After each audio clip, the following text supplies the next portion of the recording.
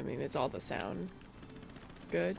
I mean, we could probably bring up the game noise just a little bit, since that's set to our horribly quiet Amori. Amori.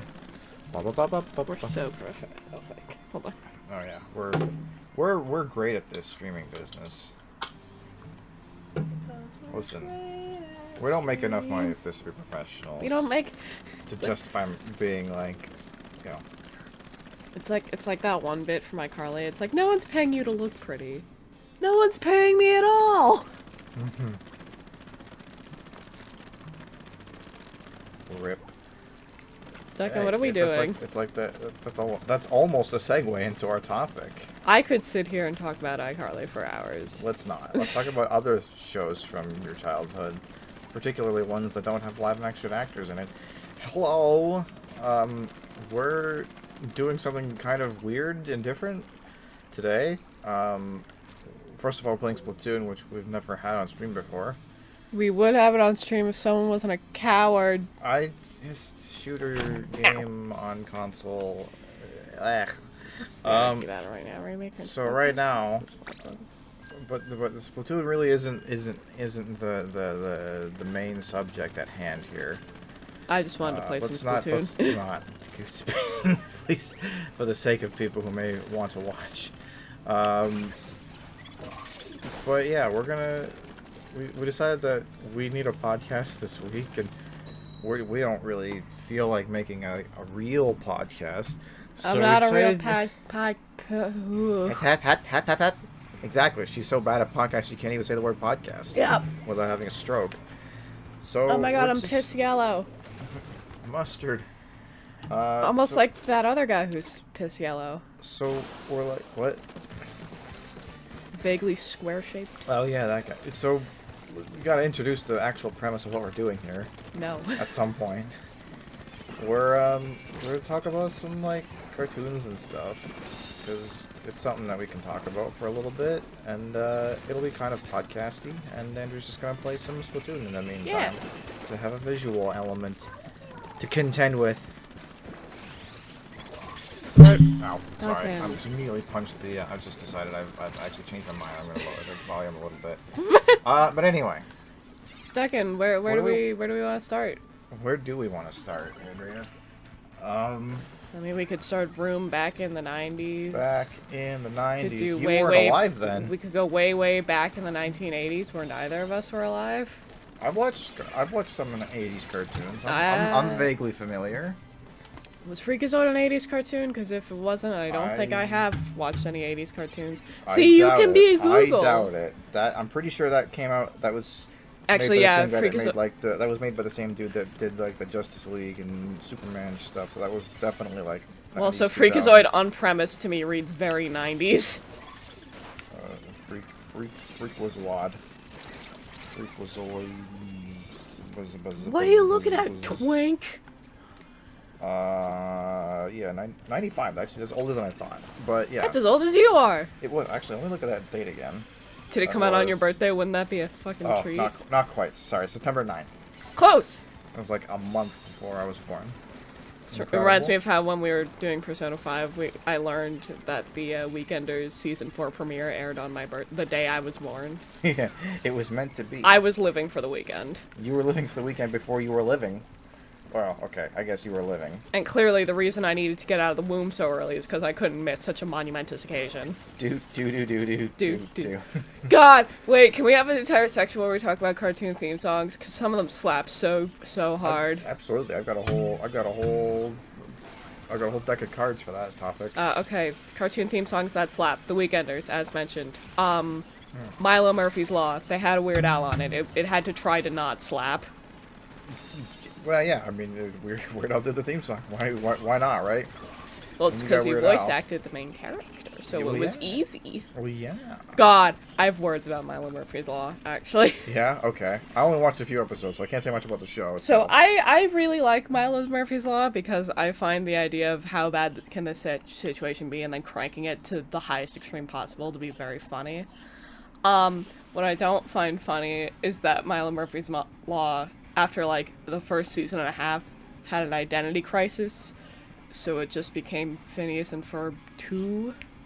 Yeah. It's by literally implanting like Dr. Doofenshmirtz in there, and it's like, Oh why'd boy. you do that? I was You got having some so much fun. got some shared universe business going on there. Yeah. Not a fan. I'm not a fan because it was doing fine by itself. At least I thought it was doing fine by itself. You know, it's like maybe it was a ratings thing. You know, like people weren't watching it, so they had to try and tie it into something that was popular. So Maybe. they doofed it up. But yeah, so that's my bone to pick with Milo Murphy's Law. I thought it was very good, and then they tried to quote unquote fix it, and it made me really sad. And then they canceled the show. Yeah, okay, there you go. That would explain it. Then yeah, that sounds like they were hitting some bad ratings. Yeah. Anyway, theme songs that slap. What are your contenders there? Well, you know, Weekenders is good, as you mentioned. Let's see. I mean, I got this whole topic of like the 90s and 2000s anime. And how they had, like, you know... Winx Club. The whole idea... Winx Club? Okay, that's not an anime, but yeah, that's a good one. I just categorized it as an anime because 4Kids dubbed it, that's right. Yeah, it's a 4Kids project, but it's actually an Italian show. Yes, that's right. Sorry. Sorry for spreading fake news about the Winx Club. Fake news. But yeah, I was gonna say, like, this, I kind of like, it's kind of interesting how, like, the whole idea of, like, the English dub opening is basically like an artifact of pop culture at this point. I miss them. I actually really liked a lot of the 4Kids openings. It's like, well, it's interesting because, like, you know, it's not like they weren't perfect, right? Like, it was just it was all a big part of this thing of, like, you know, when anime really started hitting its stride in the West, and they were really trying to, like, for lack of a better term, like, I don't know if the idea is, like, trying to claim ownership of it, or like, really, like, tailoring it to their audience, you know, their perceived audience's tastes. Whatever it was, is, like, the fact that they tried to change as much of it to be not Japanesey as possible. It was clearly, like, an intentional effort, and the English dub openings were, you know, were a big thing. Like, I find 4Kids, like, dubbing and censorship so fucking funny. there's lots of good stuff there. Wasn't it, like, I don't know if it was a One Piece or a Naruto thing, but there's, like, this scene, I don't even know if it was a 4Kids thing, but there's a censorship scene that I think of where someone's, like, pointing a gun at another guy's head, and then the dubbing team just made it, like, a fucking comedy mallet or some shit. Yeah, there's all kinds of things. I mean, they've just straight up removed guns in a lot of scenes. Yeah. So instead of having a gun, they're just, like, pointing at people. It's like, hey, you stand right there. My favorite is shoot at you with our invisible guns. My favorite is, I think, the German localization for Naruto. Yeah. Where they had to get rid of, like, all the knives and swords and shit. So there's a scene where a guy's just standing on a floating handle. Yep, Zabuza Momochi. I remember him. He's great. Okay. This is not related, but I just thought of it. So while I was at my dad's last time, he was watching a movie. I don't remember what movie it was. Mm-hmm. I think it was a George Lucas movie, though, because he started bitching about George Lucas. So, but it was basically just like a re-edit of a movie, right? Okay. And one of the things they did was there's, like, these little, like, fiber rods, and in the re-edit they made them glow because it looks cool. And Dad was like, they didn't need to do that. They could have just left it as is. It's like, yeah, they didn't need to do it, but it looks cooler. What is your problem?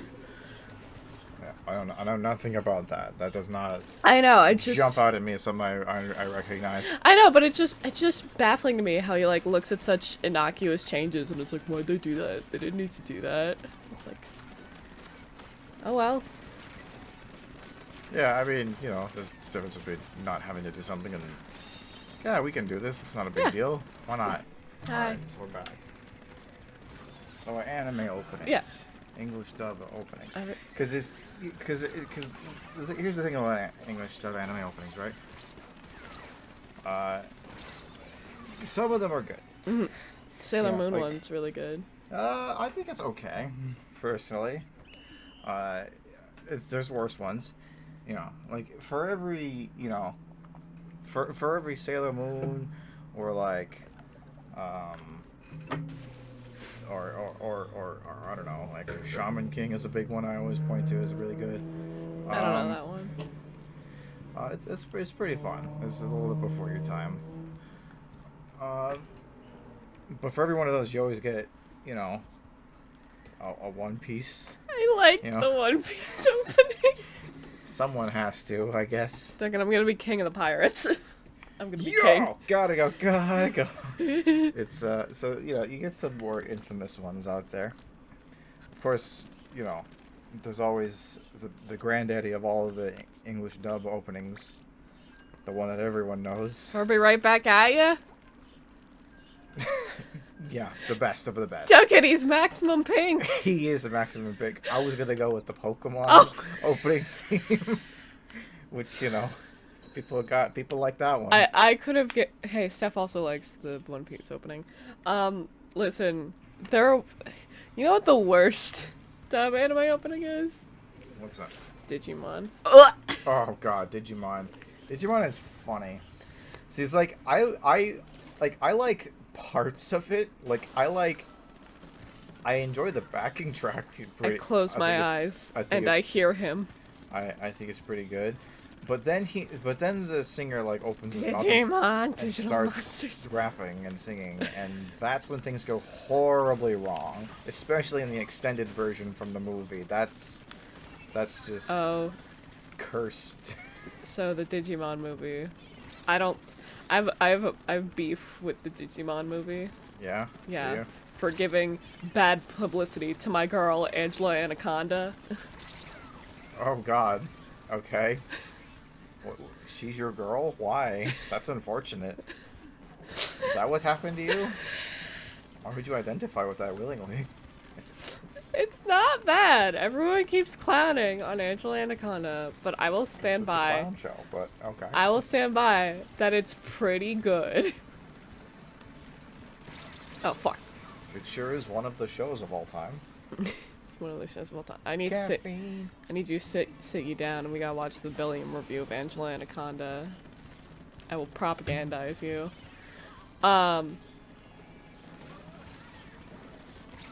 Anyway, Digimon. Digital monsters. Digimon are the champions. Change into Oh, digital. Steph, you like the Digimon opening too? Why? I'm sorry, Steph. That's gonna put a strain on our relationship. Digimon, digital monsters, Digimon are the champions. If you think about it, Digimon are just Tamagotchis, right? Well, they are, yeah. But they're just like Super Tamagotchi. You know, they had a thing, and then they were like, let's do our thing of that. Fucking saw you, boy kisser. What are you doing under there? Kissing boys? I mean, you know, maybe. Why do you need glasses? What do you need those Pride for? Month is Looking over. at men? Pride Month is over. I think I'm actually no gays allowed. I think I'm actually friends with someone on Switch whose name is Girl Kisser, so honestly they should fight and see who wins. What is better, boy kissing or girl kissing? If you ask me, neither. Happy Pride Month in July. Happy second Pride Month. Pride Month 2. The sequel. Oh! We're not doing nearly as good as I thought we were, apparently. It was just you. What are you doing, Vash? Vash? Okay. Hey. Thank you. Oh my god, Boy Kisser got revenge. More cartoons. Ah, the Fairly Odd Parents opening. Yeah. Give me that jazz. A lot of jazz. Love that jazz.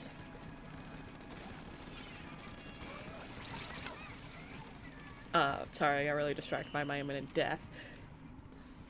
What are other good openings? Are there good openings? I mean... 16. Total drama. That entire genre, actually, of Canadian teen animated show. I'll be honest, I don't actually know the total drama opening. I never actually watched it. I might remember it if I heard it, but like off the top of my head. Like, I know 16. I watch that shit religiously. I could do the whole thing off the top of my head, but I was about to go into the 16 opening, except that I stopped myself because I was actually about to go into the Stoked opening, which is also good. fucking...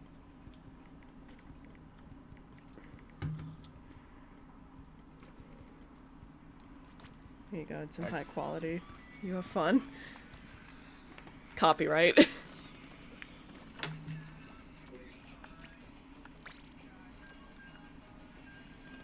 Oh yeah, that's the one that's I want to be famous. Yeah, okay. Yeah. Okay, yeah, I vaguely remember now. Yeah. Total Drama is also just like good. It was not a show that I watched a lot growing up. But, it was a show that I watched a lot growing up. It was definitely one of those things that like, I watched it like I caught like clips of it and glimpses of it, and I thought to myself, I was like, and every single time invariably I'm like, this is a kid show. Can they do that? Is this legal? I think the fact that I watched Total Drama Island when I was like 7, I think that explains a lot, actually. Yeah? Yeah. In what regard? I don't know. You decide. Oh, one. You decide. Why did I do that? That was a... Man. What about like just cartoons and like just shows that we like watch? Man, like, Total Drama. Yeah, okay. This is TD. Total Drama, good. Yo, Wayside. Wayside also had an opening that slapped, but like I really liked the Wayside cartoon. I've heard it's like actually kind of polarizing. Because from what I gather, there are 2 camps of people who watched the Wayside cartoon, right? There was people who read the books, and there was people who did not read the books. I was in the latter camp, so I did not care that Wayside was not like the books at all. I was vaguely familiar with the written form of the Wayside stories before I was exposed to the TV show, which again, another show I didn't really watch. Sorry, I was a Teletoon kid. Yeah, you also watch a lot of stuff like that came out like right after I kind of stopped watching cartoons regularly. Yeah. So there's that too. It was a little bit like after my time. I was Teletoon, and I was the Family Channel, not Disney. Good old Family. Love being Canadian.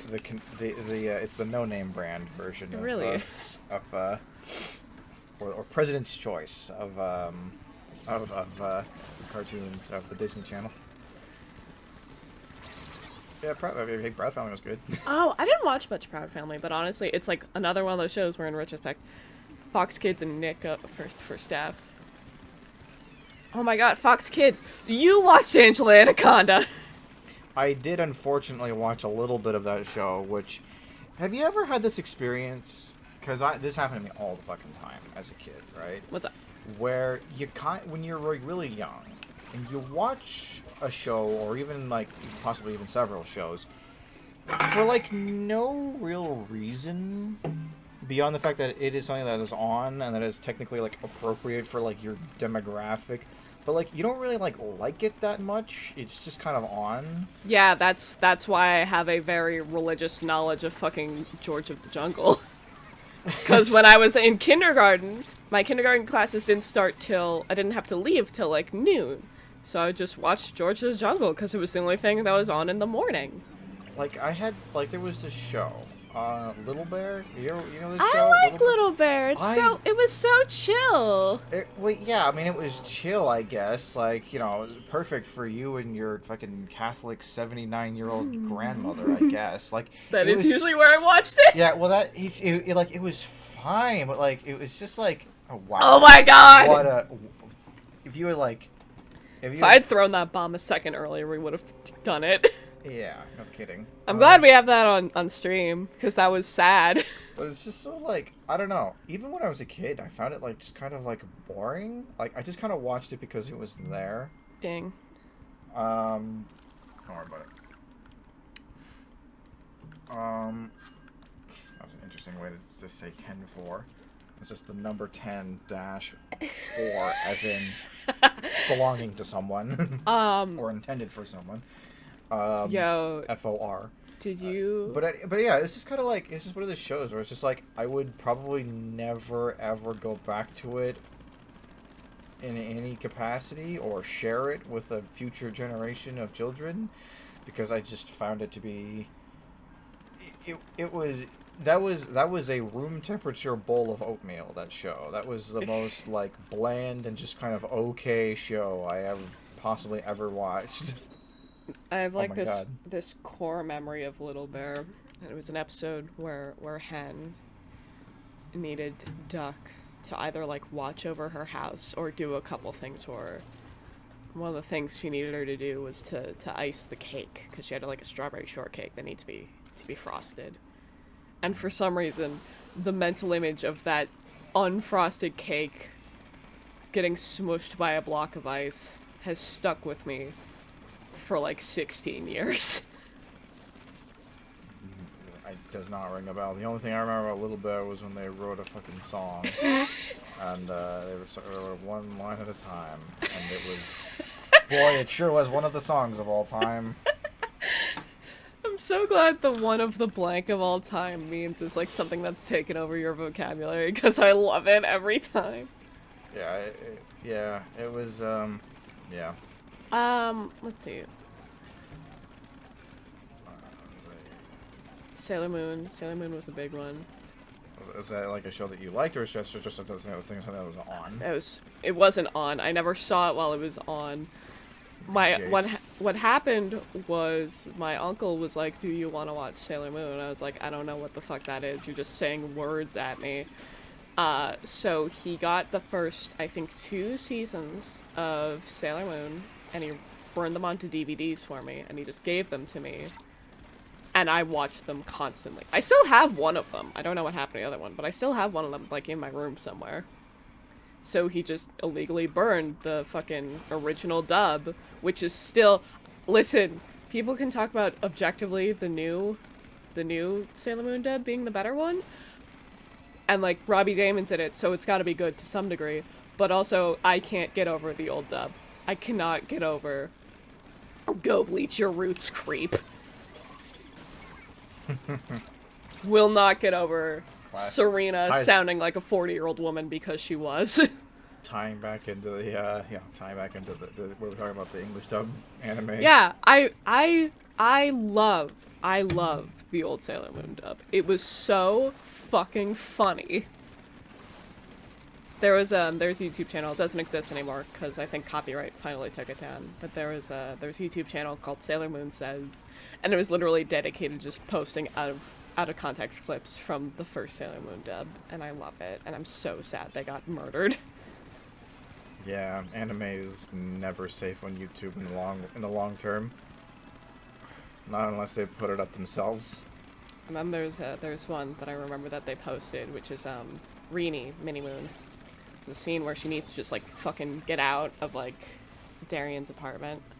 So she just fucking bolts. She jumps from the balcony and gets a parachute from her little Luna ball. And the voice actress just goes, "Ah."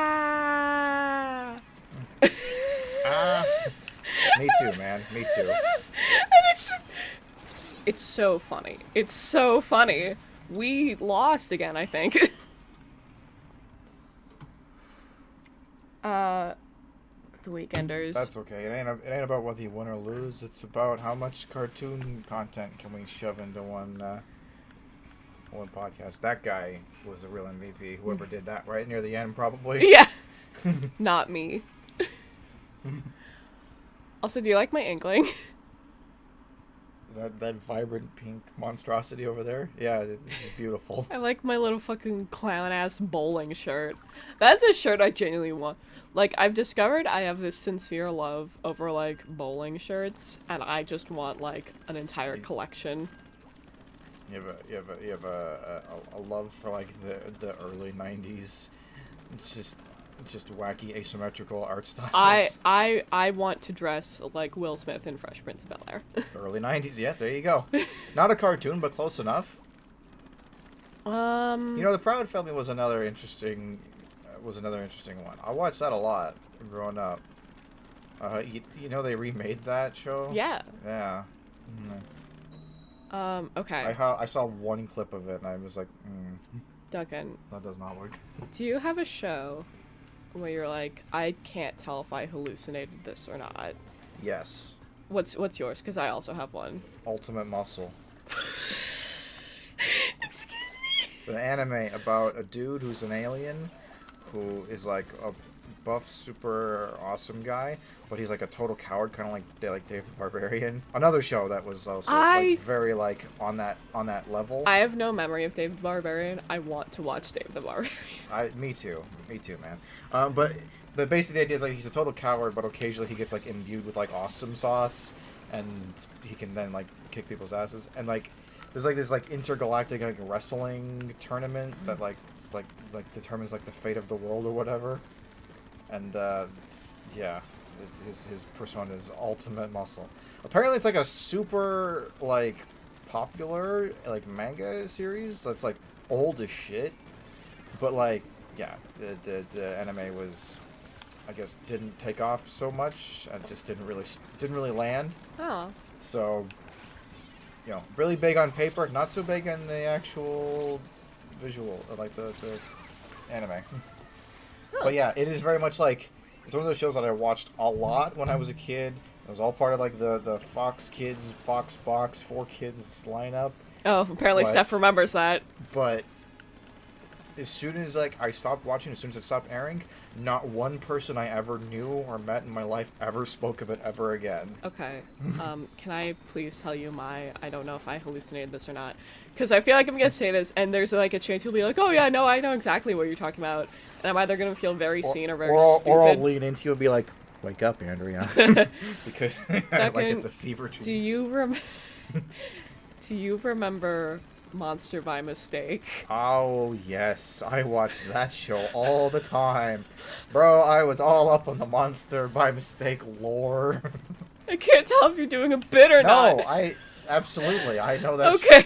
Yeah, dude turns into a monster every time he sneezes. Okay, no, literally, because the little dude trapped in a glass ball. So literally the only thing I remembered from it was the monster form. The giant fucking blue thing from Fantastic Four.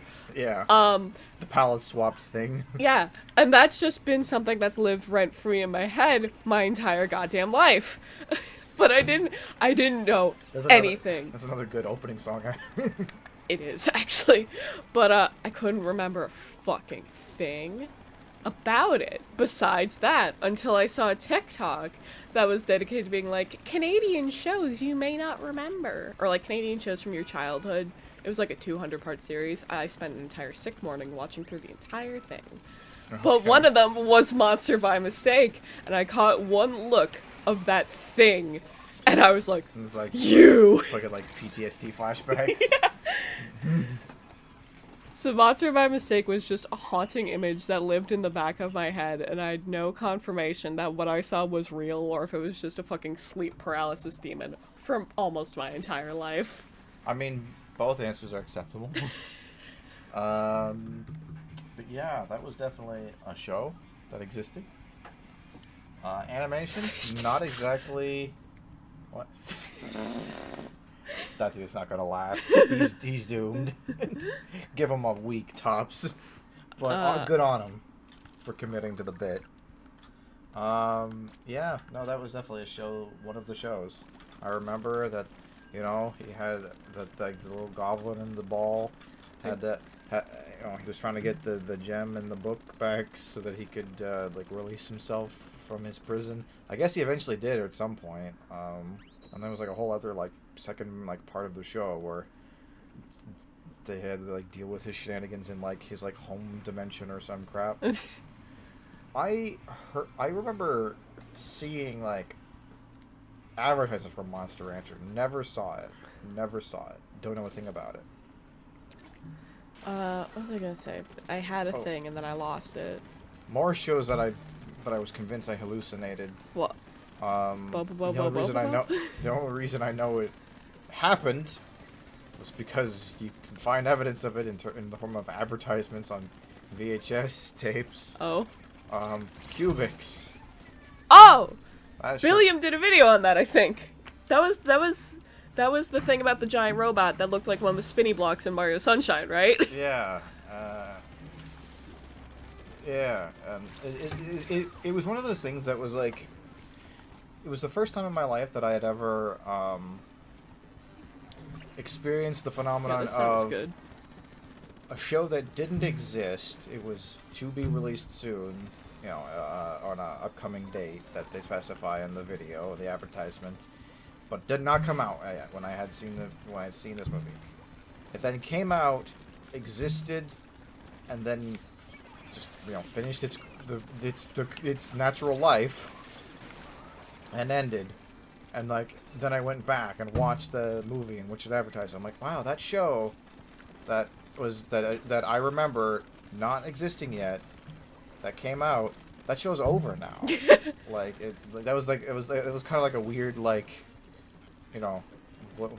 what is time moment. Flat circle. Hey. Yeah. Um. Flat circle. That's why clocks are shaped like that. So, also, if I may bring out another gem that came into my life courtesy of my great uncle who gave me those Sailor Moon DVDs. By the way, shout out to Uncle Matt. All right, he's the real MVP Uncle when it Matt, comes to it's old really cartoons. unhinged with these old cartoons.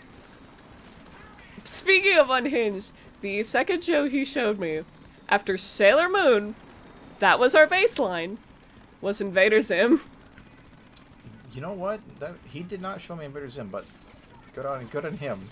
He showed me Invader Zim. Mind you, I was like 6 or 7, so maybe not the best time. Honestly, I don't know if you're ever ready for Invader Zim. Invader Zim is ready for you. Yeah. You don't prepare for Invader Zim. Invader Zim just happens to you at some point in your life, and you're like, wow, that happened. Holy crap. But I find it fascinating, and also I find it important just to note down maybe another thing to go into the category of, oh, that's why you turned out the way you did. But ever since I was a child, to the modern day, my favorite episode of Invader Zim was and always will be the organ harvesting one. Yeah. Yeah. Yeah, that's a classic. That's probably one of the ones that most people cite, I would say, when they talk about Invader Zim and how Invader Zim it was. Invader Zim. That show was so far ahead of its time. It is was. not even funny how way beyond its core audience was. I feel like if Invader Zim was one of those made by Netflix cartoons, I feel like society would be fundamentally different. Yeah, because here's the thing, right? Because that show was made in 2002 or some you shit. You can probably look it up. It was early 2000s. It was. I meant on your phone because it was right in front show. of you. Well, I just it's Oh yeah, it had a film Invader, 4 years Invader ago. Zim. American animated series. 2001 is when it first aired. Which is when you look at it, it does not look like a show from 2001. That shit, it's a really good looking show. It is. Not just in art style, animation. I mean, Jonan Vasquez. It is clearly an expensive show. My guy Jonan Vasquez, he had style. It was even in his comics, which I read, and they sure are comics. I don't remember anything that happened in them. It's about a serial killer. That's all I remember. So it coupled the fact that it was clearly a very expensive show to make, coupled with the fact that they for rating reasons they did have, oh that's sad, for rating reasons they obviously had to tone it down to make it watchable by young children, but it's clearly not trying to be a kid's show at all. It's clearly trying to ride a line of yeah, you can watch this when you're older too. It's chill. Yeah. And that sort of thing really didn't happen in 2001. The whole advent of animated shows considered appropriate for kids and adults didn't really take off until the 2010s. With I'd say Adventure Time was a notable early example of that phenomenon happening. Yeah. Can I say? And if it had come out during that era, well, first of all, it would not have been canceled after 2 seasons. Yeah. It would be a very different world. Another episode of Invader Zim I liked. Once again, treading the similar ground of, yeah, that's you all right, is the one where Zim has to get a best friend so he looks less sus. You remember Keith? don't actually remember Keith. No. Oh my god. Well, because Keith is just such a loser who's never had a best friend before and is very excited to be Zim's best friend, goes into like stalker adjacent territory. So Zim rips out his fucking eyes. Oh god. And replaces them. And then Keith sees a squirrel, and because of the new eyes, he thinks it's Zim.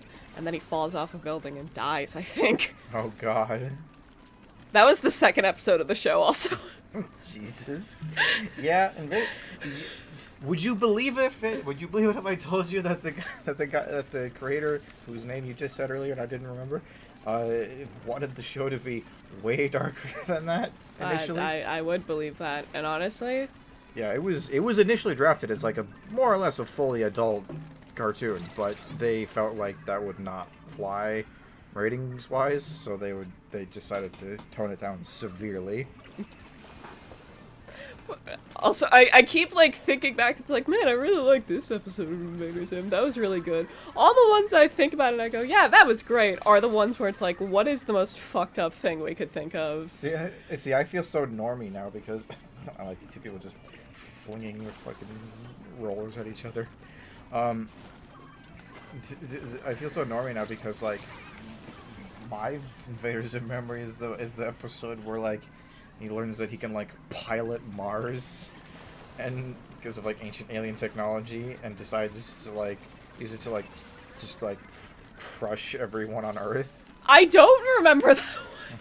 It was like one of the last episodes actually. Oh. It was also one of the most expensive episodes. I can imagine. And basically he gets to Earth, and I just remember this like great shot of Mars, the entire planet, sort of like slowly like descending upon Earth. Like some Majora's Mask type and shit. There's like this like picnic setting, and like everyone kind of runs away, and there's this one like dude with like a soda. Yeah. And he's leaning, like craning his neck back up at Mars as it comes in. And he's just like screaming at it like ah! and Mars gets so close that like it's like pushing against his face and like crushing his can of soda, and then it just stops right there. And then fucking what's his face, the human character, Dib. He comes in because it turns out Venus also has or is it's either Venus or Mercury also has alien technology that allows you to pilot it. So it comes in and like knocks him off of the Earth.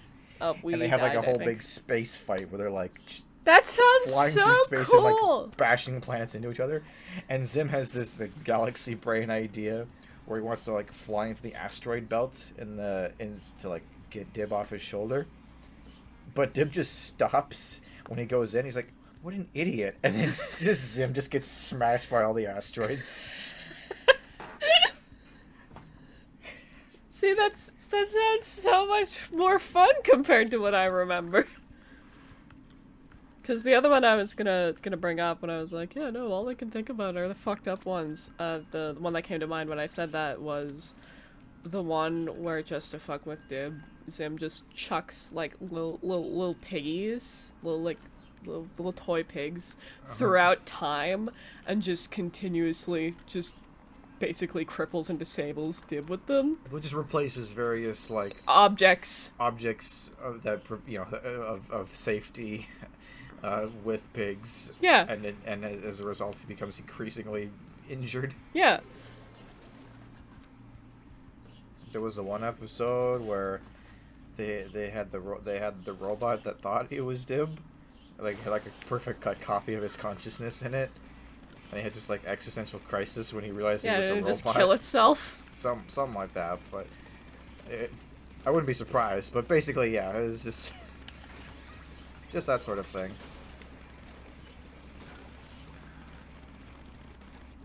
Also, there's the one where Dib and Zim turn into baloney. I don't remember that Guys, one. like me!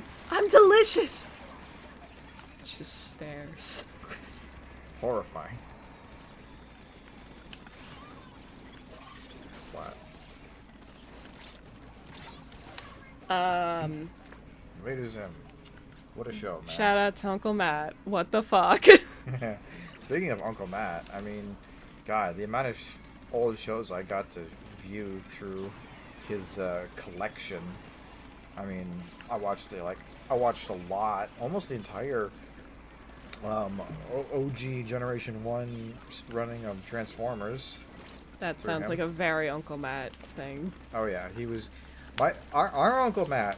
He may, you know how everyone says like, oh, I'm like, when they meet like a, you know how they that cringy thing that you say when you meet a celebrity or a creator or something. You go, I'm your number one fan. Like, genuinely not joking, Matt might actually be the number one like Generation One Transformers fan that I have ever known. See, I get to. I believe something I've cited myself as saying before is I'm Canada's number one and only Darkside Detective fan, but Darkside Detective's small enough that I feel like I can get away with it. You know. Yeah, there you go. Um. But yeah, I watched that a lot. What else did I watch? I watched. Oh. Oh.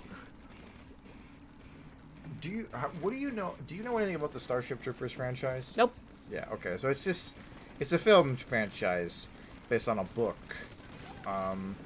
It's such a bizarre franchise. Like, maybe one of the strangest like histories of any like franchise of that age. So the book comes out, and it's this like, and it's I guess it's supposed to be like a cautionary tale about like totalitarianism or something. Oh, it's like it's like it's like space age. There's a bunch of bugs that are like targeting humanity, and we've got I don't know, exoskeleton like troopers fighting the galaxy. Like, I can't even remember what else going on in the book, but it's its own thing, telling its own story about fascism and shit. Then you get the movie, which is probably the most famous, the first one, the most famous piece of media for Starship Troopers, which is arguably a satire movie. It's a sort of a satirical movie about, fascism and whatnot. And then we have, and it's very violent. That's one of the things about Starship Troopers as a franchise. It is a gruesomely violent, bloody, gory franchise. People get dismembered and disemboweled and chopped in half and get their brains sucked out. It's a graphic film. And then they had a cartoon. It was a CGI cartoon intended for presumably like pre-teenage and teenage audiences. And it was titled The Roughnecks. And I watched that whole show through Uncle Matt's DVDs. And it was so weird because it was like, it's weird because it's like kind of good, but it's good in a way that like Starship Troopers never I read was. that post so wrong. What did you think it said? For some reason, I read it as "go vagina," and I was like, "What are you doing?" You're dead. You're going to die. Oh no, he's dead. That's so sad. I want to see what other people do. Oh, that sucks. I was gonna say.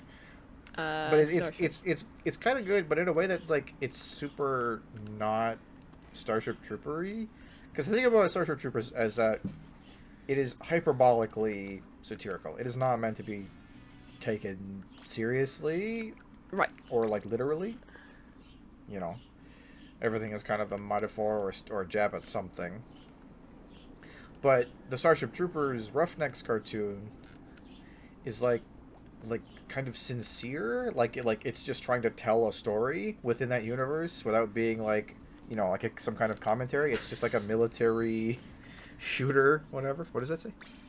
Minchip doesn't taste like toothpaste. I eat both. Oh well, I guess you're not one. I guess you would know, right? Alright, sorry, I don't mean to keep cutting you off.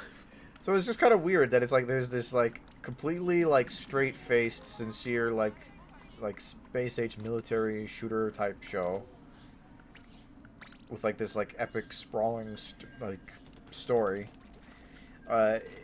just sort of like associated with this franchise that's been this like very adult-oriented, like, you know, anti-fascist storyline. I've always thought that was such a bizarre mixing. So, I liked it. I thought it was a good show. That's good. So, at risk of further tarnishing my reputation for our 2 viewers, can I bring up another cartoon I've put up to bat for as being not nearly as bad as people think it is? Go for it, Andrea. You ever hear of Fanboy and Chum Chum? I've heard of it. So a lot of people have beef with Fanboy and Chum Chum because it fits into stereotypical loud, annoying SpongeBob ripoff. And you know what? I'll walk with you to that pier, right? This pier? This pier. With the salmons? Yeah.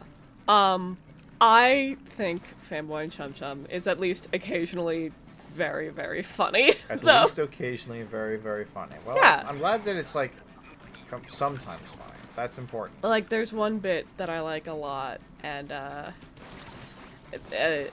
basic premise of the episode is the boys have like gotten a hold of this toy that they wanted, right?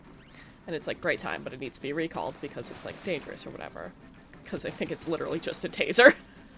Okay. And they go to like Oz, who works at the local comic shop. And he shows them the Hall of Recall, which is just a bunch of like recalled toys. And he goes over, it's like it's like one of them's like a fire truck, and it literally like spews out fire, shit like that. Okay. And it's just like, here we have a replica of the battleship Platompkins, complete with 32 functioning nuclear warheads. It's like, well, why was that recalled? And he like breaks off the top of like a little flag, and it's like choking hazard. And it's like shit like that. I love that. That's so funny to me. That's good. I like that. That's clever. Why are you all dead? That's what they call a subversion of your expectations. Yeah, but from what I can tell, a lot of the comedy runs in like that real goofy, absurdist angle, and that's fun. And I don't know. Maybe I just have bad taste. We'll find out one day. I mean, that sounds like a good joke, but I have no idea if that's like a consistent thing or if that's just sort of like occasionally like, you bat 1,000 and occasionally gonna hit one kind of thing. Like I have no idea because again, more shows that I didn't watch. Yeah. But no, I've always had also a lot of people thinks it looks like Big Uggo. That I remember it not looking very good. A lot of CGI cartoons from that era did not look very good. Yeah, but I feel like to give it the benefit of the doubt, it was also one of Nick's like first CG cartoons that weren't based off of like a video game or whatever. It was just all from scratch. Or that wasn't Jimmy Neutron. Yeah, or that wasn't Jimmy Neutron, which was like a movie. Yeah, well, I mean that was that they made that with a film budget. They made like 90% of the assets for that on a theatrical budget, and then just sort of like slapped together an animation based around it, which gave them a huge edge. Also, Jimmy Neutron, good theme song. more good shows. That's very sort of like retro, sort of like like 50s, sort of like homage to like Beach Boys type of music. Yeah. Also, so I don't have many memories of Jimmy Neutron, but from what I've heard from other people in like videos I've seen, Jimmy Neutron was a very strange show. Yes, that's correct. It's that episode where Carl got pregnant through his ass. Oh my goodness. Did you not know about that one? I totally believe it's a thing that happens. There was other ones.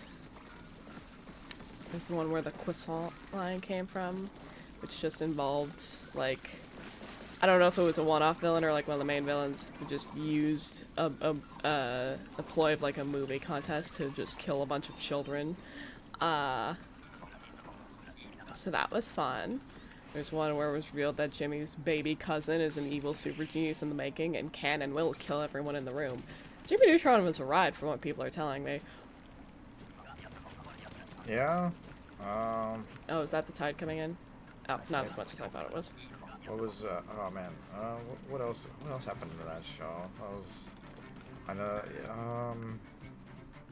balls. I don't remember. Guys, I don't remember how the gushers work. Oh god, this is embarrassing. There was that one time where Jimmy Neutron accidentally caused, you know, the fucking the ice age to happen. Oh. Because it was too hot.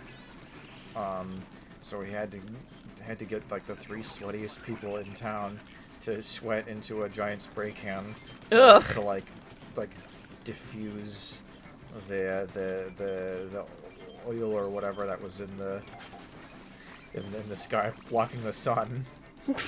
And Carl was one of them, of course, because why wouldn't he be? Well, that one time, and by one time I mean running gag throughout the series where Carl wanted to bang Jimmy's mom. I remember. Pepperidge Farm remembers. Yeah, yep. Yo, speaking of Pepperidge Farm, you ever see those goldfish commercials? Like what? The serialized goldfish commercials about the sentient goldfish that lived under some kid's bed? I mean, maybe vaguely. It is really stretching the concepts of the boundaries of my memories at this point. I feel like what I'm learning is that I just watched a lot more unhinged shit than you did. Guys, we're gonna fail. Guys, we're gonna fail. Guys, we're gonna fail. Where the hell are all the eggs? I don't know. That's a wrap. Alright, Duncan, what's something that you watched? Well, something I watched? Oh, man. Something I watched? I watched Dragon Ball Z. No, I'm not gonna make you listen to that shit. Oh, man. I miss SpongeBob. I miss the whole SpongeBob. That's Oh my god, you know what we classic could have times. played during this podcast that would have made way more sense? Is it the battle for Bikini Bottom? Yeah, I have the rehydrated version on my computer. It's on my Steam account. We could have just played that. That would have been way better. What fools we were. Our hubris. Oh well, at least I got to play some Splatoon and show everyone that I'm totally good at Splatoon. We get to like a half rhyme business, you know, the Splatoons, cartoons. I mean, this guy kind of looks like the Newsfish. Yeah, voiced by Breaking news! Plankton? Question mark? I don't know voice actors. Sounds like it could have been him. What are cartoons? What are cartoons? That's a good Oh, question. you know what? I'm surprised it took us an hour to get to it. You ever hear of a little show called Recess? Oh yes, good old Recess. Which I would not be surprised if that's the cartoon we've just passively mentioned on this channel the most. I love Recess.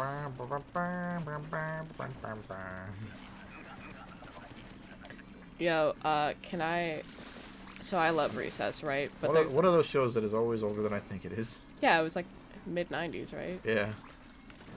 I thought it was late 90s, early 2000s because it was still airing. Yeah, well that's kind of the thing. Oh my It's god. It's one of those things that like, wow, get shit on. That's a wrap. Not one egg. Not a single egg. Good job, Gabe. Couldn't even grab one egg. Oh, I didn't know he had dialogue for that. That was really funny. That was good. More things I'm glad we got on stream. Yeah, it's weird. Oh. It's weird. It's weird to think of that show as being like I pretty much only watched reruns of it. Yeah. You know, Recess I was pretty much done by the time I was, you know, a sentient creature. Yeah, no, Recess was good. I went on an entire kick for like a month straight where I was just rewatching the series on Disney Plus. To the point where when I was making dinner, I would set up my laptop on the counter and I would just watch episodes of Recess while I was making dinner. I was making burgers one night while I was watching the first episode that was about like there's Mikey having to do like a vocal performance, but he's all like stage fright and shit. And honestly, big mood. Also, R.I.P. Mikey's voice actor. Oh, is he no longer with us? No, I believe I could be misremembering, but I believe he died of like a heroin overdose. Oh no. which is sad. Is it his actor's voice or his singer's voice? His actual actor's voice. Okay, because those are definitely not the same person. Also, can I say I actually like that, say for Spinelli, who had like an actual voice actor for some reason. I do like that all the kids were voiced by kids. Or in TJ's case, like fucking 7 kids.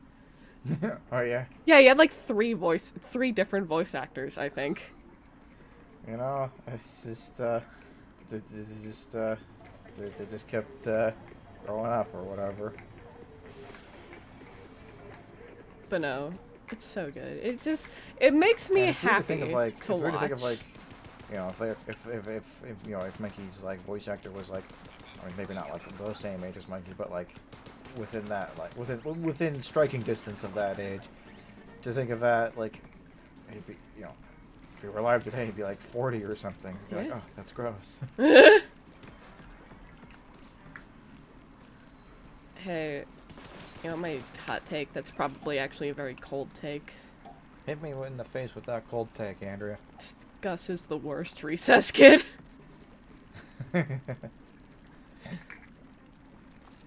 I love cheese. How can you say no to classic lines like that?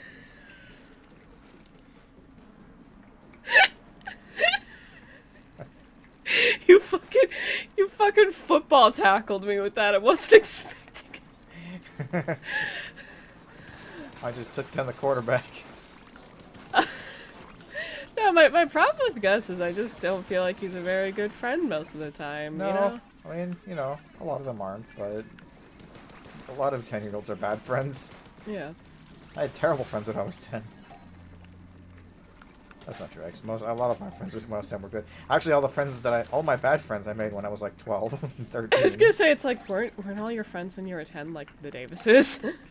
I have friends from school. Well, I never met them. I was too busy being a toddler. You never brought your friends over. I never brought anyone over because our house was a fucking sty. That's fair.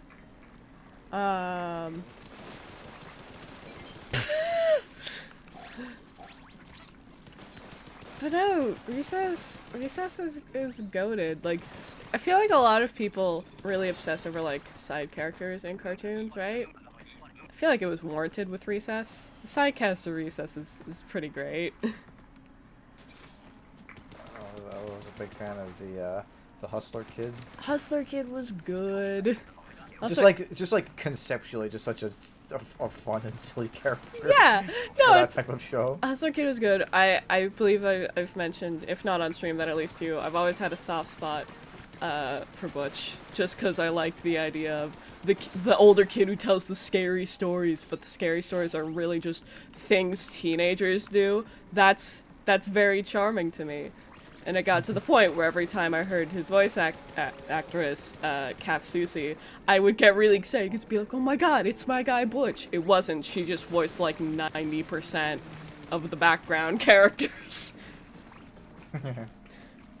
Butch was only in like 6 episodes, and frankly, no sadder things. King Bob was also pretty S tier. Pretty? Very S tier. Yeah, had a thing for King Bob, did you? Yeah, no, he was great. You know, I like the idea of just like, just have like a monarchy. Yeah, monarchy on the playground. On the playground. That was kind of goofy. I liked when he came back in like Taking the 5th grade. in the movie or whatever. And Fred, you dumb piece of shit, start ruling better. Yeah, it's like I was like, I don't have to listen to you. You don't even go to a school anymore, or you know, or whatever. It was like, yes, but next year you'll be like a 7th grader, and I'll be an 8th grader waiting for you. It's great. I love that. Another thing I just like about King Bob conceptually is like, there's no coup in the background. People just respect that he's the king of the playground, and that's nice.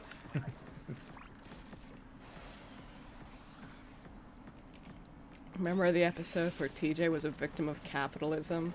Then he took advantage of the system only to have it all ripped out from under him because they changed the rules. Run it by me. So TJ's sick for a week, and then all the kids on the playground develop an economy around like a comedy. They developed a combination. They developed an economy around these like monster stickers. It's the point where it's like you're literally charged these stickers to do anything, including but not limited to going on all of the equipment and getting drinks from the water fountain. It gets to the point where he has to fucking like sell his hat to Menlo because he's so on the bottom because he can't even get the stickers in the store because they're all sold out because they're the new economy in the world. Yeah. So he just decides to take advantage of the system and effectively just become the new kingpin of the playground. And as soon as he has like all of the monies under his control, everyone's like, hey, let's change it. And they do. And it's very sad for TJ, but also he's becoming kind of a dick because that's what capitalism does to a bitch. I want a podcast where I just do unhinged recaps of Recess episodes. It helps that the show is already pretty unhinged. Indeed. Good stuff. Remember, whoops. Everyone's dead. You remember the episode where, with Vince's older brother? Yeah, everyone, yeah, they think he's so cool and stuff, but then he shows up and he's a total fucking dweeb. Yeah. Everyone starts bullying Vincent for thinking he's cool. My favorite part is and he's afraid he's gonna like grow up to be him. Yeah, well, my favorite is like he has the nightmare of like literally fucking werewolf transforming into a geek, and he's just like, Nito. Classic. Fucking every episode of Recess is classic. Don't at me. Although every now and again I do remember, because again the fact Spinelli has an actual like voice actress, but it's also Bobby Hill, so it's just like that boy, right? Well, that's because it's a girl. What are some other like staple Recess? That is actually, God, for years now, I've actually really wanted to watch King of the Hill. King of the Hill seems like very funny. It seems very funny. I've heard nothing but good things about it, and every clip I've seen from it has been genuinely very funny. Uh-oh. Stream? Switch? Oh, we've like lost the switch completely. It's gone. Hello? Oh, it died.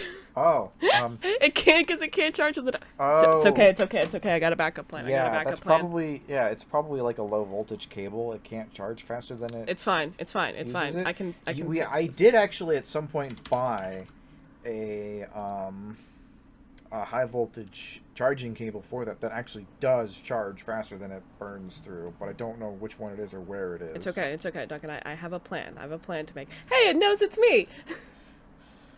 Wait, how though? Actually, that shouldn't be possible. Was I just not? Surely I've used Steam since the last time you used it. Well, the last thing we did was we played Party Hard a couple days ago. Oh yeah, I guess not. I guess since then we haven't. Okay, hold on. I got this. It's okay. Well, we gotta fill time. We can't just not talk about things while we're here. Well, I'm fixing it. You think of things. We want to keep talking about the recess, or yes. What topic? Oh wait, hold on. I gotta make sure. Remember how in the movie the dude was trying to like steal the moon or like move the moon? I don't remember. Wait, was that like which movie was that one? Because there was a few. Oh, I don't even remember the names of it. It was the one where they go on summer vacation. Oh, I don't think I ever saw that one actually. Schools out or some shit. Basically, there's like a dude who's like, I guess he's he's like the head of the district school board or something. Right. And he has like his scientists invent a machine that can like move the moon slightly out of orbit and cause like the weather to be all fucked up so that it's winter all the time. Because according to him, countries like Canada, Iceland, and Norway have very high like records of very high grades on average because it's snowing there all the time. So he wants to make that like a global, or at the very least an American event. It's really funny. So he wants to eliminate summer vacation, and make it winter all the time so that people get better grades. And TJ has this big epic speech where he's like, we'll ride our bikes through the snow. We'll play kickball in the slush. You may take away summer, but you'll never take away our summer vacation. And he just responds, like, well, I can try. It's so good. Yeah, it's great. I love it. I watched that movie so many times growing up too. I didn't watch it. I watched Taking a Fifth Grade because we had it on VHS, so I played it on my shitty little TV that had a built-in VHS player, right? However, I don't know if you know this fact about my TV. It got stuck. Oh no. So, in my very small collection of VHS tapes, the only one I could watch was Recess Taking the Fifth Grade, which was also connected to one of the Halloween specials. So that was just my go-to entertainment for like a few months until I finally got a new TV and I got rid of that one. Dude, rude. Fucking What? Jason Davis, Smokey Bloomberg, obese boy, operatic singing voice. Is like, listen, okay? We'll fucking bully him. Don't bully him. He's only 10. How do you know? He could end up being really tall when he's older, and it'll be proportionate. You never know. He's already pretty big. What if he's going to be like 7 feet tall? He won't be obese then, unless he keeps eating. Also, and then he'll die. What was this voice actor's name? Jason Davis is his like normal person. Jason Davis had like the perfect his voice. His singer, for Mikey. Robert Goulet, died in 2007, so 6 years after this movie came out. Yeah. As for Jason Davis himself, how you doing, pal? I mean, probably not great. Here. Ooh, all right. Well, I mean. No. Oh man, that was. He Sure looks like an Italian mob boss. Why is this silent? What the fuck? He kind of you know what he looks like? He looks like if like if Josh Peck had the same life as Drake Bell. You know what I mean? Like if he went down that route, that's what he would look like. Also, sorry, is this also silent for you? Oh, it's silent. There's no sound at all. Sorry, I'll fix it in a minute, but I just need people to understand the fucking... Yeah, and he died already. Oh, yeah. Just the silent... This is the menacing SpongeBob waddle. Oh shit, it's got the controller hooked up. Oh yeah, he's super dead also. Yeah. He died in like, what, 2016? Fentanyl? Fentanyl. Oh, in 2020. Oh, that was new. Yeah, that happened recently. It was ruled as an accident. Well, most people don't die on purpose, I guess. Well, at least it wasn't a heroin overdose. Sorry, guy. Yeah, where's the controller at? Because it seems to claim the controller's connected. Right there. You can't really. It's shadowy, lurking in the depths. Rolling in the deep. Rolling in the deep. Options. Hey, where's the fucking sound? Oh well, I guess there's that. This mayor. I don't know if you'll treat this as positive news or negative news or just neutral news. The villain from that movie is James Woods, who is the same guy that voices Hades in the Disney movie. Oh, see what I know James Woods from is Family Guy's himself. Also, sorry, I need to know if like there's any sound at all. Is this a computer thing?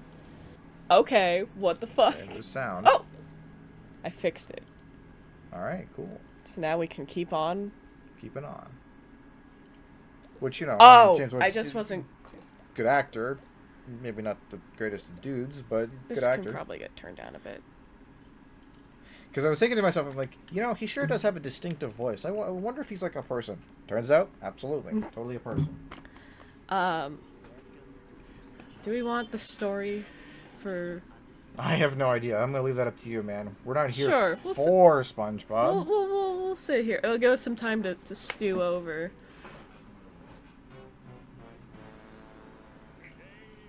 Ooh, that limps. Yum. Plan Z? So you know what? I don't need the plot. You know what else was good? A SpongeBob SquarePants movie.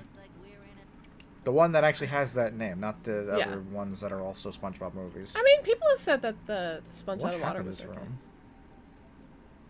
Why is his couch like that? Why is his anything like that? Robots.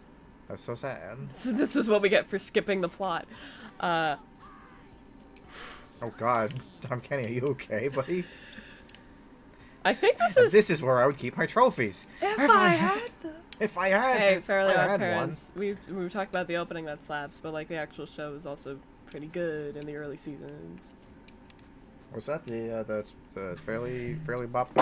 Yeah. Yeah. Like, I know you were more of a SpongeBob kid. I was more of a Fairly Odd Parents kid. I watched both, but I definitely remember SpongeBob more fondly and like closely.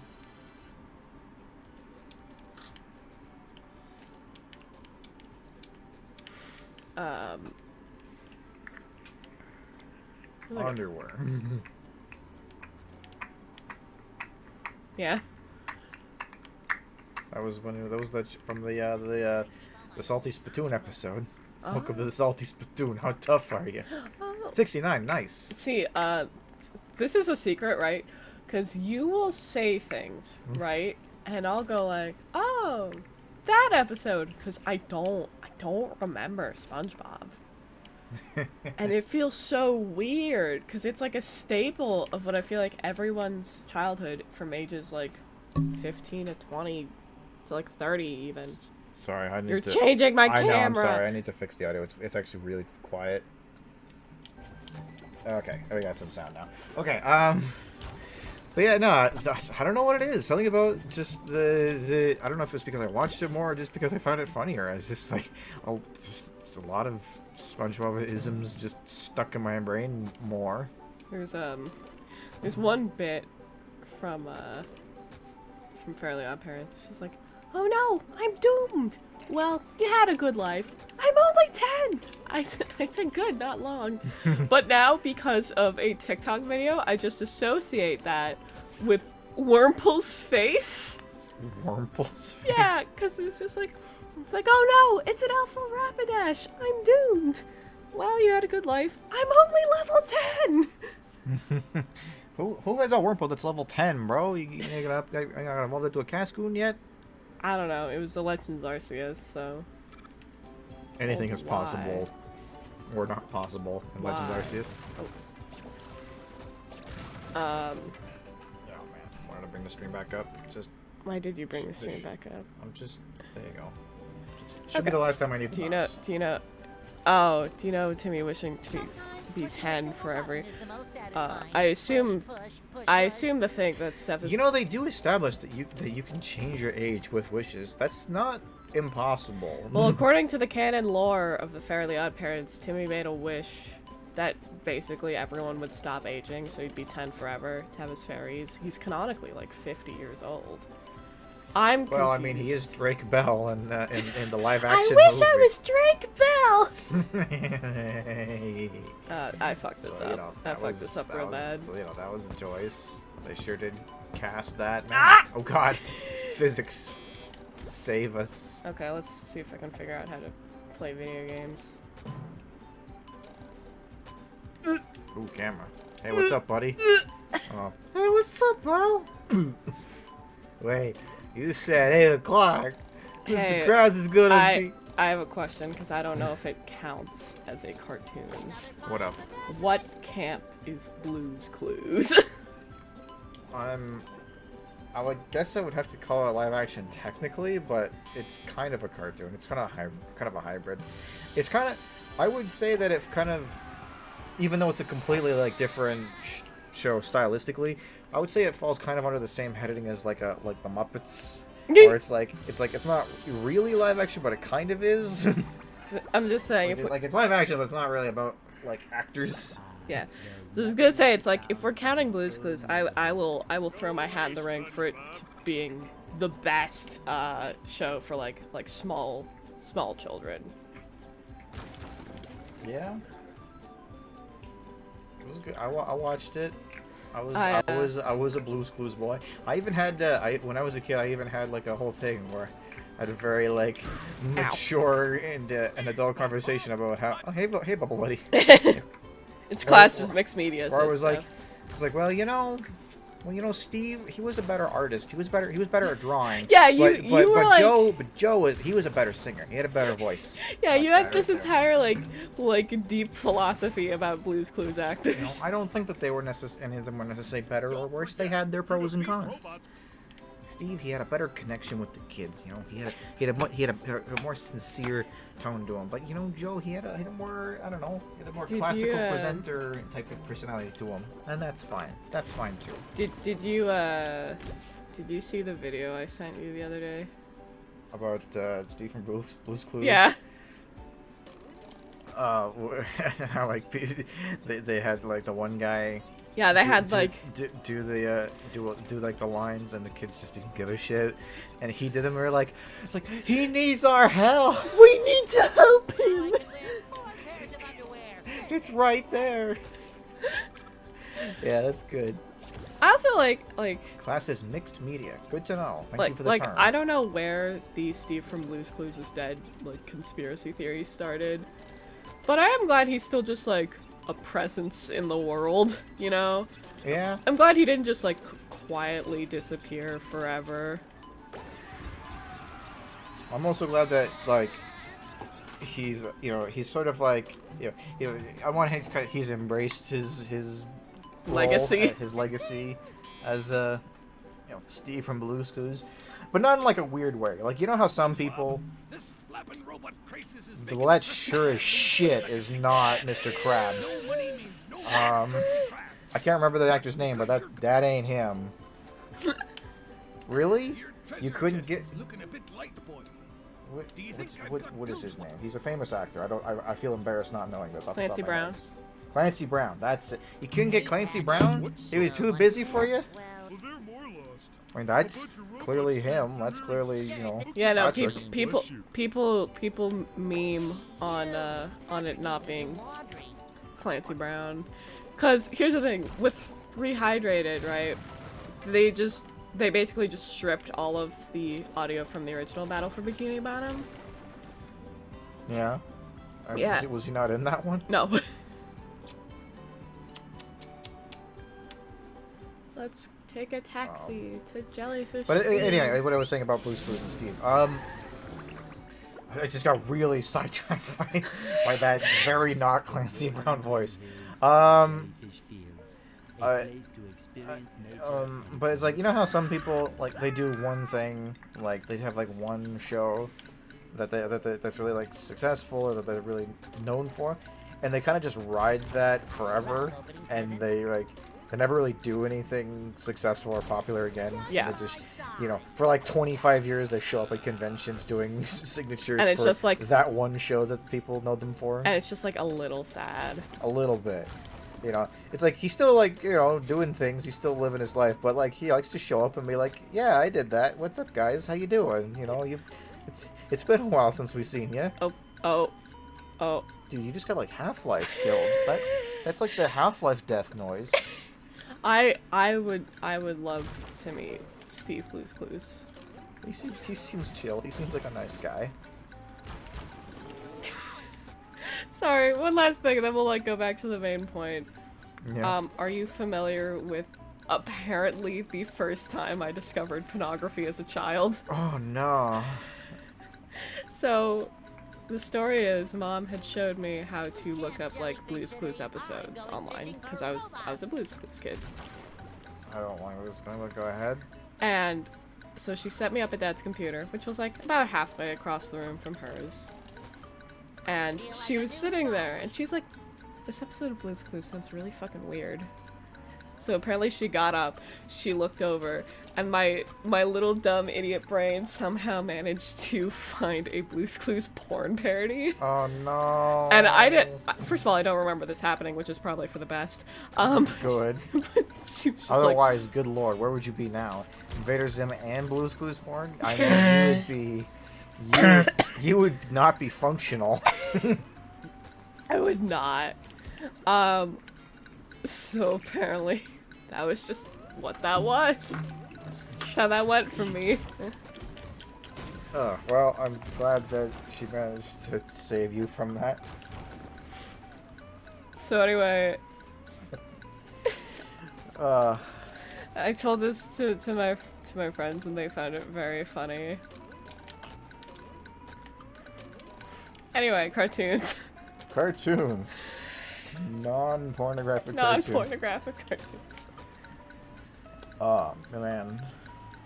What have we talked about? We talked about Recess. We, like, glossed over The Weekenders, but I feel like The Weekenders is, like, one of my other big, God, I love this cartoon shows. That was a good show. I like that a lot. I feel like it was a good show to watch, not just because it was good, but, like, for, you know, not to sound like, you know, a lame, almost 30-year-old man, which I am, but, like, it was like, I feel like it had some, like, good lessons, too. Yeah. Like, a good, you know, good for kids. You know, it's the Honey Nut Cheerios of cartoons, where it's like, yeah, this tastes good, but also, you know what, there's something valuable in here. If I have children, I would love to sit them down and show them The Weekenders. You know, like, I remember very distinctly, you know, being a person from what you would call a broken family. You know, the whole idea of Tony or Tino Tonatini, who has I've mentioned this not on stream, but I've mentioned it to you, who I think has the best name of any fictional character. You know, Tino being raised by his single mom, and you know, he kind of sees his dad a little bit, and they have kind of a weird relationship. Like, it's a positive relationship, but it's not really like a very traditional Strained. like. It's not a traditional like father-son. It's more like he's just kind of like your adult friend that shows up every once in a while. Yeah. Which I can super relate to.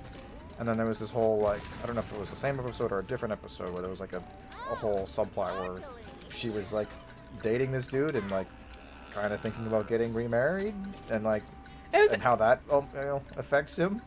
Yeah. It was kind of interesting. Same as, like, Carson, I think. He was like a side character, like a full-on side character. Showed up a few times. Or Dixon? I don't remember. But yeah, no, like, that's a thing that a lot of people, particularly from that era, you know, way back, you know, when it was finally considered socially acceptable for, you know, couples to break up, which, you know, took that long for that to happen. Yeah. You saw an awful lot of families that had single parents and step parents and stuff. And you know, that it kind of filled a gap in the media for that particular type of audience. As Told by Ginger also had a similar vibe with that, but also I don't think either of us watched that. I don't even know if I know what that is properly. Oh, it was by the same studio that did Rugrats, which Steph also brought up. Rugrats was also very good. I think the name sounds familiar, but like couldn't picture it. Anyway. Do you remember the episode of The Weekenders where Tino decided to basically just stop feeling emotions?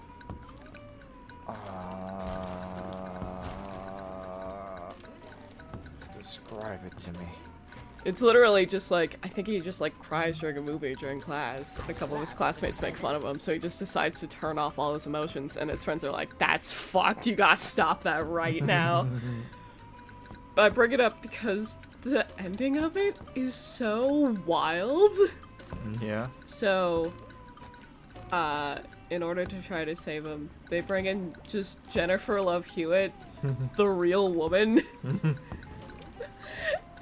she like... And I don't even remember how it resolves, I just remember that part of it. And she's just like, so can I go now? And Carv's like, sure, here's $1. Get yourself something nice. And she just stares at this dollar and she's like, thanks. There were a lot of good bits in that show. I remember, I think it was like the yearbook episode where like Tino started trying to figure out like what he can be known for, and it's like best physique was one of his choices, and he goes to like a gym to work out, and he's like physically can't move anymore because he's like crippled. He's like the fitness trainers have to like wheel him home. Ain't that a mood? I worked out for an hour and now I can't move. It's also occurred to me, Tino was just like probably was and probably still is like one of the most relatable cartoon characters for me as a human. It was definitely a very funny character. Yeah. Also, I love the running joke with the pizza place that changed theme every week. Yeah, every single week is a new theme. Yeah, no, that's good. That's good stuff. Remember Where's the Pizza? Where it's just like mystery themed and you literally just have to fucking find your pizza. Oh no! That poor fish! Me one. Oh no. That fish is dead. I can't believe they did that. Look at him. Wow, wow. Wow. Hello, I love this fish. I think he's a little weird person. New profile picture. I think the hammer may have done something to him that's He's giving irreparable. He's giving Gerbert. That's a good thing. Oh man. I can't even remember what the context was, but I remember them trying to explain carp. Cool and radically popular. C-A-R-P. And one of them made a comment about, like, that's a good thing you're not cool, rich, and popular. I thought that was really funny, because it's like, not that the word crap is particularly offensive, but, like, you know, probably still not okay for, like, a kid's show. Yeah. And it's like, it's funny, like, they just kind of snuck that one in there. It's be like, that's good enough. Mr. Gorps is my father. Please, call me crap.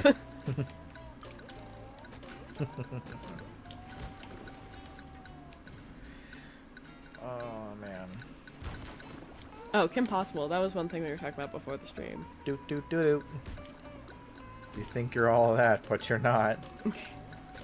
Like, brought it up, and I'm gonna bring it up again on stream because it's funny, but was it Senior, Senior? Senior, and Senior Junior. Yeah, just their entire motivation for being villains is because Ron said they could and they already look like villains. Yeah, they're rich enough to be villains and they have the right aesthetic, so why not be villains? And then they go, oh yeah.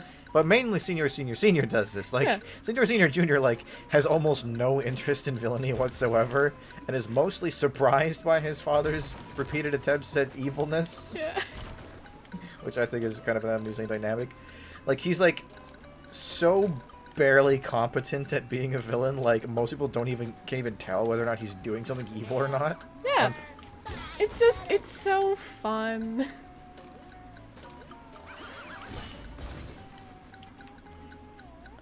And of course we got classic Dr. D, Dr. Draken. Dr. Dragon and Chigo. You just met the Sponginator. Also known as, you know, Waka, Final Fantasy X, and Jake the dog. Yeah! It was one of those things where, like, you know, when you're, like, 6, you don't necessarily notice that all your cartoon characters are voiced by the same 6 people, but, like, it is one of the things, like, once you know, you're like, oh, right, obviously. How did I not notice this before? Yeah. Well, I noticed it in anime very quickly, on account of Vic Mignogna voicing literally fucking everyone in anime all the time. You know, until he didn't. Until he didn't. Until they quietly pushed him under the rug. It's just like, alright, Vic, time to go away now. You're retired now. Now one of the ones I recognize all the time is Todd Habercorn. I don't know what you would recognize him from. I don't even recognize that name. So. Well, he was Italy in Hitalia, and he's voiced a couple of characters in Donkey Kong Broom Bomb. I love opening presents. Dangle Bonk, Rinky Dink. Dangle Donk Brink Dink. Oh fuck! You've died horribly. Beep beep, Halo. Look him up to see if there's anything you actually recognize. I'm gonna need that name again. Todd Habercorn. Not Todd Howard. No. He was also in, Todd. he was also in Genshin, I believe. Have 2Ds. Have Todd Habercorn. Habercorn. Okay, got it. Habercorn. Oh boy, that's a fave. Do laundry. It looks like he did something that he doesn't want me to know about. I killed myself during a cutscene. That's so sad. Flimagry. Anime.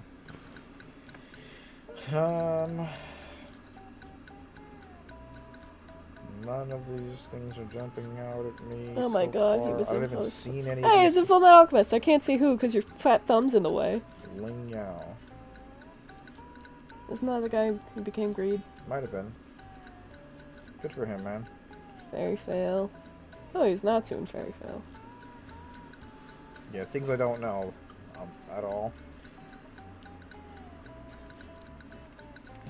Oh man, he was a fucking random Genin in Naruto Shippuden, so that's cool. I'm just gonna jump past it because I ain't seen no fucking 2010s anime.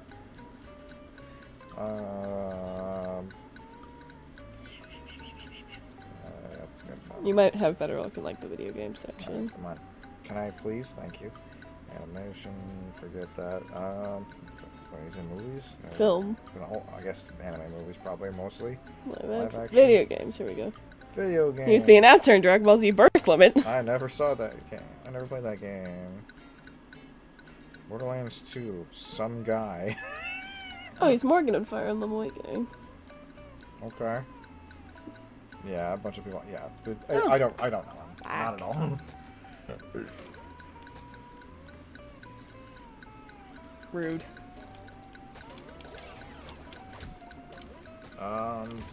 But yeah. Media.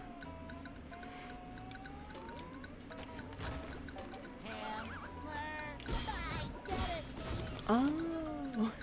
Hmm? Hammer. That's why it's got a ham. Oh. Oh, I get it. I get You it. sounded almost like disappointed. I'm a little disappointed. Fresh like a spring breeze. Also, do we have like many more words to say right now? I feel like we're both like running out of juice. You know. Cartoons. You know what is good cartoons?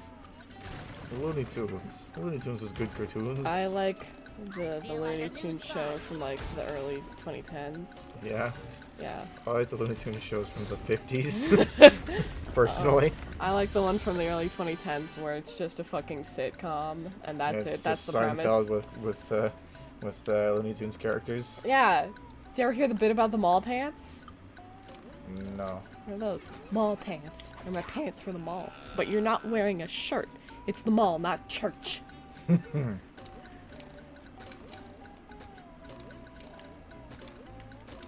You giving me your tiara? Loaning you my tiara. Thank goodness you're safe, Said by Daffy Duck. Of course, SpongeBob.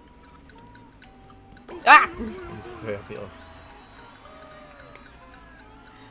I watched that there Bugs Bunny and Tweety show quite a bit growing up. I got a watermelon. Good old Mel Blanc, who voiced like almost every character. Speaking of voice actors that like aren't everything, Mel Blanc, he was the guy that started that whole thing. I mean, what a voice actor. What a guy. He literally voiced like everyone. He was Bugs Bunny, Daffy Ducks, Sylvester the Cat, Tweety Bird. He was Foghorn Leghorn. He was Oh no! he was Oh. the Yosemite Sam. He did everything, man. Apparently they did an autopsy on him when he died. Yeah, spoilers, he's dead. I mean, he'd be like 120 if he was alive today. But like, they did an autopsy and they found out that he had like genetically unusual vocal cords. Like they were like longer and more like stronger than most humans. So he was like genetically predispositioned towards voice acting. He was meant to be a voice actor. I wish my vocal cords could do literally anything. Do you mean like if you could do literally anything with your vocal cords, or just like do any other thing literally? I wish I could do. I mean, like you can't like construct a Ford F-150 with your Well, with yeah. your vocal cords. I wish I could do more things with my vocal cords, because as it stands, I got like my regular speaking voice, and I've got like my dumb baby voice. Like, ew. Oh wow, it's a great time to throw the watermelon at the blade. You go boom, boom, boom. There you go. There you go, Andrew. Get the next Melbourne. That's literally the entire. I find this funny, and it's something I didn't realize that was funny until one of my other friends pointed out. So there's this game called Off, and the main character is the batter, who's like this really like stoic guy. However, when I was playing it with my friends and we'd do our little fun voice acting thing for it, I would go completely in the opposite direction without realizing it, so I'd literally just be screaming, it's like, I'm the batter! I'm gonna purge all the demons! And I told my friend Ollie that was the voice I did, and they were like, yeah? That's your batter voice? And I was like, yeah, why? And then it was brought to my attention, it's like, that's not a batter voice at all. It's like, oh, it isn't. I'm the batter. Up we go. Hi, Judge. No. Whoops. Anyway, Anyway. I think that's enough for the stream, if only because we gotta do another one later today. Yeah. I think that's pretty good, right? I mean, Yeah. you know, it did got almost 2 hours.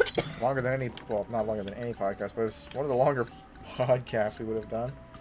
It's kind of, it's a, you know, it's a different type of setup, but at least we got something. You're welcome, Ryan. Tune in for episode 2 of Battle for Bikini Bottom in 4 years.